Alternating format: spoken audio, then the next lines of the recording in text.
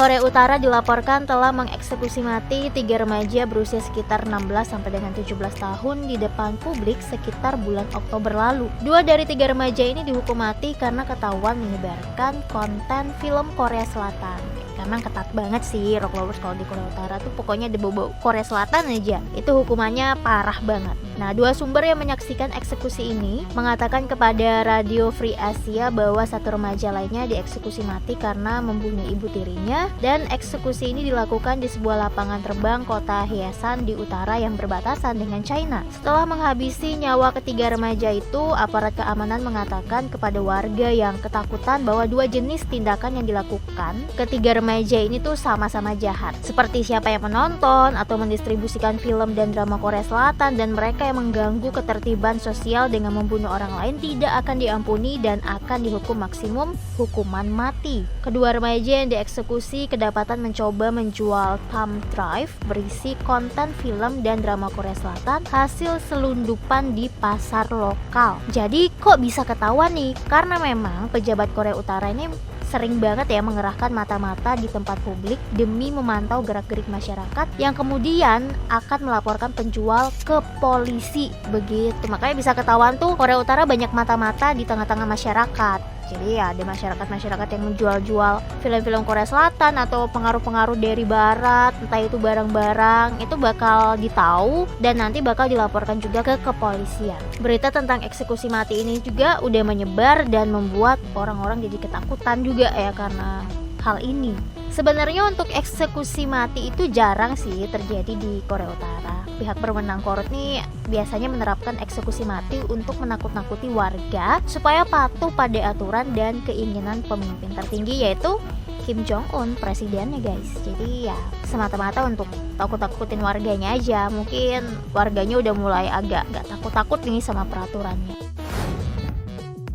Sekitar 2.500 anjing laut yang hampir punah ditemukan mati di pantai Laut Kaspia di Rusia Selatan pada hari Sabtu kemarin. Pihak berwenang di Provinsi Dagestan, Rusia mengatakan gak jelas nih penyebab kematian massal anjing laut ini, tapi aparat memprediksi kemungkinan besar karena penyebab alam. Pejabat regional melaporkan pada hari Sabtu kemarin nih kalau 700 anjing laut mati ditemukan di pantai. Namun Divisi Dagestan dari Kementerian Sumber Daya Alam dan Lingkungan Rusia kemudian menaikkan jumlah kematian menjadi 2.500 ekor. Dikutip dari USA Today, Gapizov menuturkan gak ada tanda-tanda ribuan anjing laut ini dibunuh atau terjerat jaring ikan. Para ahli dari Badan Perikanan Federal dan Jaksa juga sudah memeriksa garis pantai dan mengumpulkan data untuk penelitian laboratorium. Sejauh ini sih para ahli gak langsung menemukan polutan apapun yang kemungkinan tercemar dan menyebabkan kematian para anjing laut ini. Beberapa insiden kematian anjing laut massal sebelumnya dikaitkan dengan penyebab alami. Kazakhstan yang memiliki garis pantai Kaspia yang panjang melaporkan setidaknya 3 insiden serupa di tahun ini. Data tentang jumlah anjing laut di Kaspia ini sangat bervariasi. Ya kalau mau ditotal-total jumlah keseluruhan anjing laut di Kaspia ini sekitar 270.000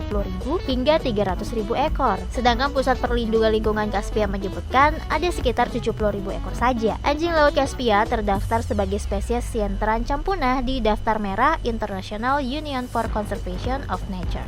Ya bisa jadi sih karena iklim yang terjadi ya rock lovers. Aduh, tapi sedih banget sih harus sampai 2.500 anjing laut yang mati, dan juga bahkan mereka nih salah satu spesies yang hampir punah. So semoga aja sih untuk para ahli ini bisa menemukan kira-kira apa sih penyebabnya dari kematian massal anjing laut ini.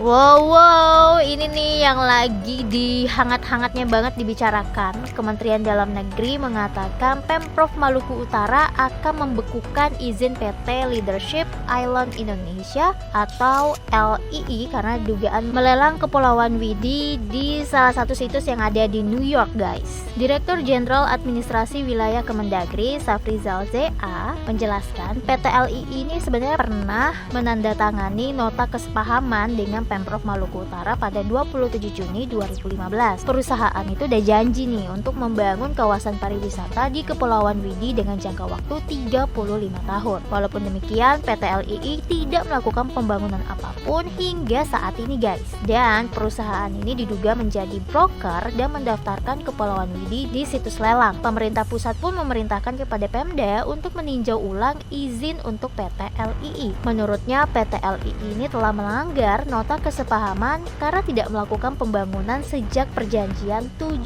tahun lalu. Malahan dilelang ini guys pulaunya. Sebelumnya Pulau Widi akan dilelang di salah satu situs ya. Di situs itu mencantumkan Pulau Widi rencananya lelang akan digelar 8 Desember mendatang. Waduh, bisa-bisanya ya guys ya. Asal main lelang-lelang gitu aja. Gimana nih pengawasannya dari pemerintah? Dan gak rela sih kalau misalkan Kepulauan Widi harus dilelang kayak gitu. Nggak mau banget. Kepulauan Widi yang kepulauan atol karang itu ya, dengan lebih dari 100 pulau tropis murni nggak berpenghuni dan jantung segitiga karang. Bayangin Kepulauan Widi tuh kayak gitu guys ya. Jadi jangan sampai beneran ini dilelang. Apalagi kan katanya tuh lelangnya tanggal 8 Desember kan. Harusnya pemerintah udah gercep nih untuk menyelidiki benar enggaknya kalau Pulau Widi ini bakal dilelang di tanggal 8 Desember mendatang. Bupati Lumajang, Jawa Timur, Thorikul Haq menyebut salah satu wilayah yang terdampak erupsi Gunung Semeru adalah Dusun Kajar Kuning, Desa Sumberbulu, Kecamatan Candipuro. Berdasarkan pantauannya, kondisi Dusun Kajar Kuning saat ini sudah tertutup material debu awan panas guguran. Berdasarkan pantauannya, kondisi Dusun Kajar Kuning saat ini sudah tertutup material debu awan panas guguran hingga ketinggian 3 meter. Beberapa rumah warga juga terkubur, bahkan 2 jembatan di Dusun Kajar Kuning yang beberapa waktu lalu diresmikan turut tertimbun material. Dan untuk proses evakuasi bencana kali ini tuh lebih cepat karena warga sudah mempersiapkan sejak awal terjadi APG pada hari Minggu kemarin. Sementara itu, Badan Penanggulangan Bencana Daerah Jawa Timur memfasilitasi setidaknya sebanyak 2.219 jiwa di pengungsian akibat erupsi Gunung Semeru di Kabupaten Lumajang. Dan para pengungsi ini juga sudah ditampung di 12 tempat pengungsian. Sudah disiapkan pula tempat perawatan sementara rujukan di Puskesmas Pasirian, Tempeh, Penanggal, dan Candipuro. Semoga aja untuk seluruh masyarakat ya yang ada di Lumajang, Jawa Timur yang terdampak dari erupsi Gunung Semeru ini semuanya baik-baik saja, dan juga kita doakan yang terbaik untuk Lumajang, Jawa Timur ya guys ya.